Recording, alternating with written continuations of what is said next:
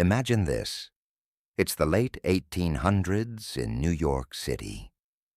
The Brooklyn Bridge, an architectural marvel of the time, stood as a proud connection between Manhattan and Brooklyn. Everyone marveled at this towering structure. But while people were admiring it, one man saw a different opportunity. He didn't just want to cross the bridge. He wanted to sell it.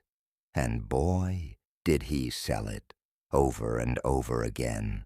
Meet George C. Parker, one of the most audacious con men in American history. Now you might think, who could possibly fall for the idea that someone could sell them the Brooklyn Bridge? But George had a knack for spinning tales, and he was convincing enough to make people believe they were buying a piece of history. Here's how the scam went down. George would approach wealthy immigrants, eager entrepreneurs, and wide-eyed dreamers, all looking for a quick way to make their fortune in America. With a confident grin and a fake deed in hand, he'd tell them that he owned the Brooklyn Bridge. Not only that, but he had a deal for them. They could own it, too. All they had to do was set up toll booths on the bridge, charge pedestrians and cars, and watch the money roll in.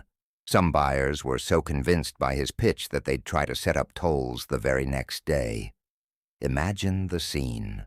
Someone standing on the Brooklyn Bridge with ropes and barricades, trying to charge people for something that was never theirs.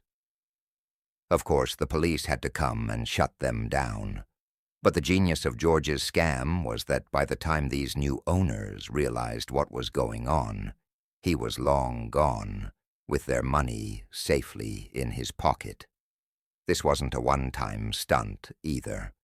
George allegedly sold the Brooklyn Bridge multiple times, along with other famous landmarks like Madison Square Garden and the Statue of Liberty. Talk about ambition. In fact, his scams were so legendary that they gave rise to the famous phrase, "If you believe that, I've got a bridge to sell you." So how did George's story end? Eventually, his luck ran out.